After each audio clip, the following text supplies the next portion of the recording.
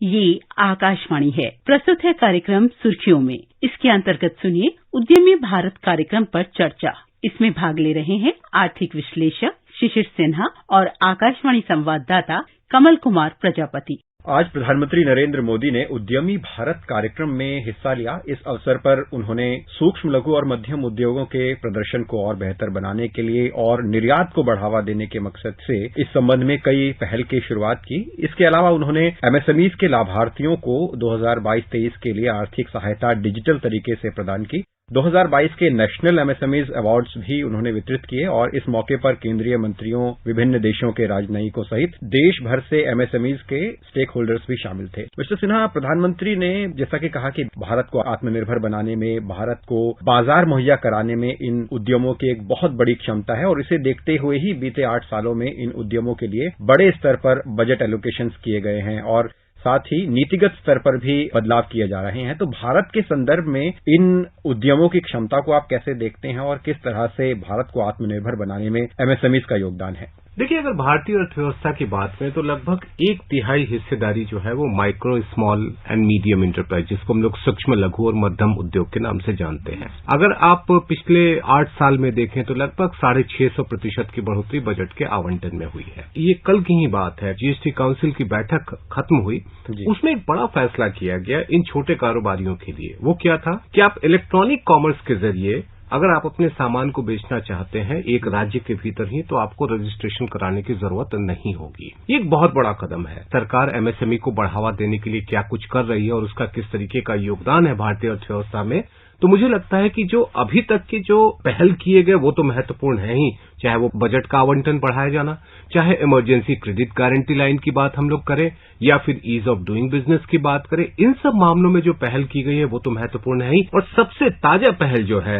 वो ये है कि जीएसटी काउंसिल ने इनको मंजूरी दे दी है कि आप बगैर रजिस्ट्रेशन के भी ई कॉमर्स ऑपरेटर के जरिए आप अपने सामान किसी राज्य में बेच सकते हैं। ये एक बहुत बड़ा कदम है और इससे एमएसएमईज को काफी ज्यादा बढ़ावा मिलेगा। ये उद्यम रोजगार देने में एक बड़ा क्षेत्र साबित हुए हैं और इस बात को प्रधानमंत्री ने भी कहा कि कोविड की स्थिति के दौरान सरकार ने emergency credit line guarantee scheme, जिसका आपने जिक्र किया, ऐसी सहायता इस क्षेत्र को देकर इस क्षेत्र को मजबूत करने का काम किया, जिससे कि इन उद्यमों पर जो निर्भर लोग हैं, करीब उन्होंने आंकड़ा दिया कि 1.5 करोड़ रोजगार बचाने में इससे मदद मिली। तो इन उद्यमों को सब्सिडी भी बीते वर्षों में दी गई, जिसका उन्होंने जिक्र किया और प्रधानमंत्री ने रोजगार सृजन कार्यक्रम जैसे कार्यक्रमों की मदद से रोजगार बढ़ाने में किस तरह से मदद मिली है उसको भी कहा। तो रोजगार का किस तरह से ये एक बड़ा स्रोत साबित हुए हैं और आगे आने वाले समय में कितनी क्षमता है इन उद्यमों की रोजगार सृजन में?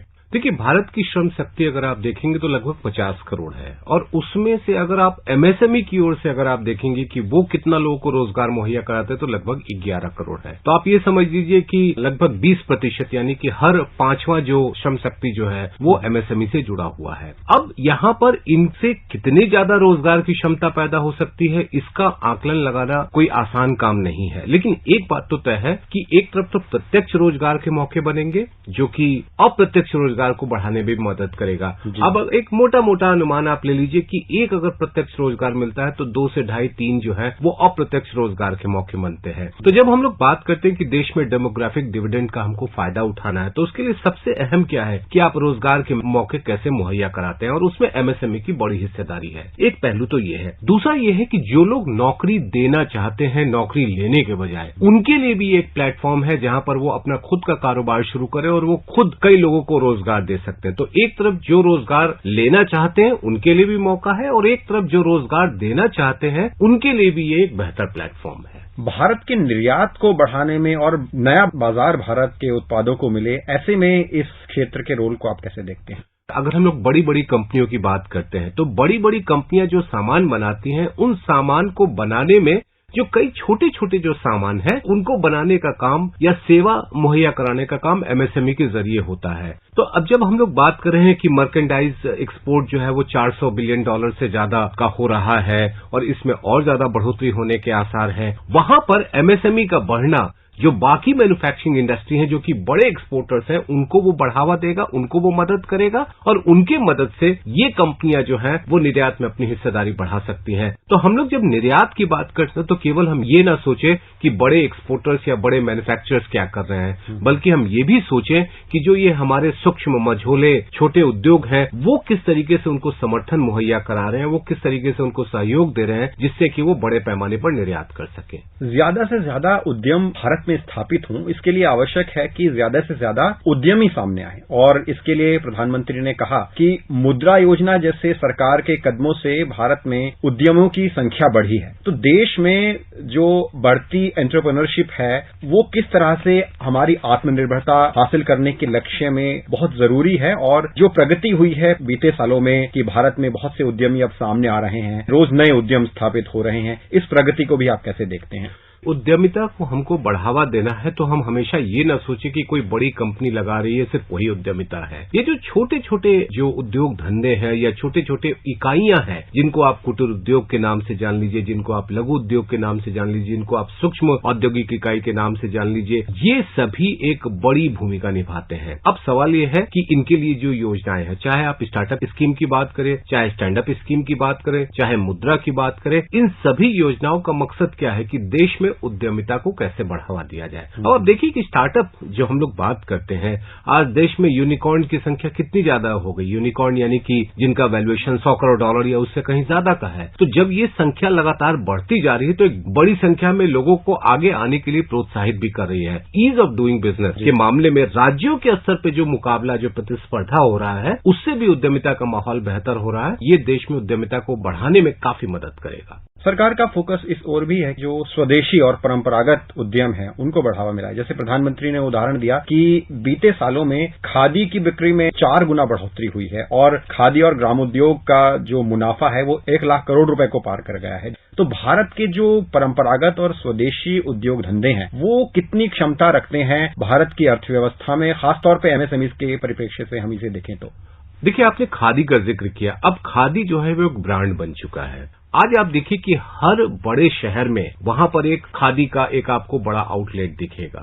अगर आप किसी भी हवाई अड्डे पे जाइए, वहां पर आपको खादी का आउटलेट दिखेगा। और खादी के आउटलेट पे सिर्फ खादी के कपड़े नहीं, बल्कि ग्रामोद्योग के जरिए, कुटीर उद्योग के जरिए, सूक्ष्म उद्योगों के जरिए जो सामान तैयार किए जाते हैं, चाहे वो खाने पीने के सामान हो, चाहे वो नहाने का साबुन हो, शैम्पू हो, वो सब जिस स्तर पर बिकता है और उसकी जो क्वालिटी होती है, उसी का नतीजा है कि कुल कारोबार की बात करते हैं खादी ग्रामोद्योग की, वो 1 लाख करोड़ रुपए से ज्यादा का पहुंचा है। और मुझे लगता है कि ये अभी संख्या और बढ़ेगी, क्योंकि लोगों को अच्छी क्वालिटी का सामान चाहिए और वो इसका मौका ढूंढ रहे हैं और ये मौका उनको खादी ग्रामोद्योग के जरिए संभव हो पाता है। भारत सरकार ने अगले 25 साल यानी जब 2047 वर्ष होगा, जब हम आजादी के 100 साल मनाएंगे, तो इस दौरान अमृतकाल एक अवधि चुनी है जिसमें कि विकास के कई लक्ष्यों को हासिल करना है, जिसमें पीएम गति शक्ति जैसे बड़े इंफ्रास्ट्रक्चर के प्रोजेक्ट्स भी हैं। तो दूसरी ओर एमएसएमईज को लेकर भी आज प्रधानमंत्री ने कहा कि इस अमृतकाल में इस क्षेत्र की प्रगति एक बहुत बड़ा रोल निभाएगी। तो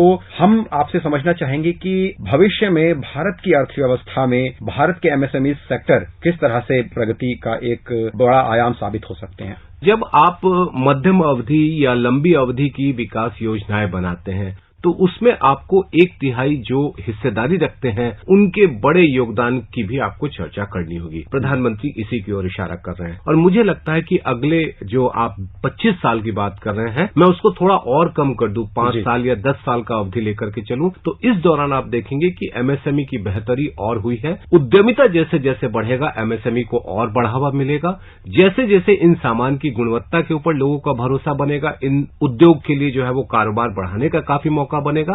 और मुझे लगता है कि वो सारे प्लेटफॉर्म अब उपलब्ध हो रहे हैं। जैसे जेम है, जेम पे भी एमएसएमईज को काफी प्रोत्साहित किया जाता है, तो उनके लिए बाजार जो है वो अब नजदीक हो गया है। तो इसलिए मुझे नहीं लगता है कि आने वाले समय में एमएसएमई को लेकर के किसी भी तरह के सवाल होने चाहिए, बल्कि ये सवाल होना चाहिए कि कारोबार का लक्ष्य कहां से कहां तक पहुंच सकता है। मिस्टर सिन्हा, कार्यक्रम में आप जुड़े और इस विषय पर आपने विश्लेषण दिया। हमसे जुड़ने के लिए बहुत बहुत धन्यवाद। धन्यवाद। अभी आप सुन रहे थे उद्यमी भारत कार्यक्रम पर चर्चा। इसमें भाग ले रहे थे आर्थिक विश्लेषक शिशिर सिन्हा और आकाशवाणी संवाददाता कमल कुमार प्रजापति। ये कार्यक्रम आकाशवाणी के समाचार सेवा प्रभाग द्वारा प्रस्तुत किया गया। इसे आप हमारे mobile app news on AIR और YouTube channel news on AIR official पर भी सुन सकते हैं।